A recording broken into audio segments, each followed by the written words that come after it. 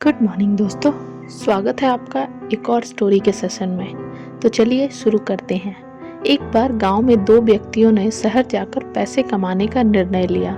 शहर जाकर कुछ महीने इधर उधर छोटा मोटा काम कर दोनों ने कुछ पैसे जमा किए। फिर उन पैसों से अपना अपना व्यवसाय प्रारंभ किया।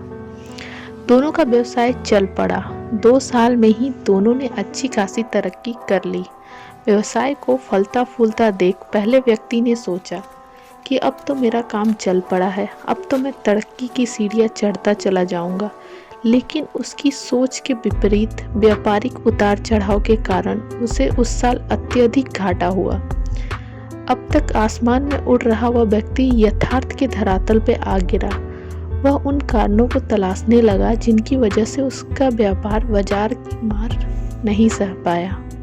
सबसे पहले उसने उस दूसरे व्यक्ति के व्यवसाय की स्थिति का पता लगाया जिसने उसके साथ ही व्यापार आरंभ किया था। वह यह जानकर हैरान रह गया कि इस उतार चढ़ाव और मंदी के दौर में भी उसका व्यवसाय मुनाफे में है। उसने तुरंत उसके पास जाकर इसका कारण जानने का निर्णय किया। अगले ही दिन वह दूसरे व्यक्ति के पास पहुंचा। दूसरे व्यक्ति ने उसका खूब आदर सत्कार किया और उसके आने का कारण पूछा। वह पहला व्यक्ति बोला, दोस्त, इस वर्ष मेरा व्यवसाय बाजार की मार नहीं झेल पाया, बहुत घाटा झेलना पड़ा। तुम भी तो इसी व्यवसाय में हो, तुमने ऐसा क्या किया कि इस उतार चढ़ाव के दौर में भी तुमने मुनाफा कमाया? यह बात सुनकर दूसरा व्यक्ति बोला, भाई, मैं तो बस सीखता जा रहा हूँ, अपनी गलती से भी और साथ ही दूसरों की गलती से भी। जो समस्या सामने आती है उसमें से भी सीख लेता हूँ, इसलिए जब दोबारा वैसी समस्या सामने आती है तो उसका सामना अच्छे से कर पाता हूँ और उसके कारण मुझे नुकसान नहीं उठाना पड़ता। बस ये सीखने की प्रवृत्ति ही है जो मुझे जीवन में आगे बढ़ाती जा रही है। दूसरे व्यक्ति की बात सुनकर पहले व्यक्ति को अपनी भूल का एहसास हुआ।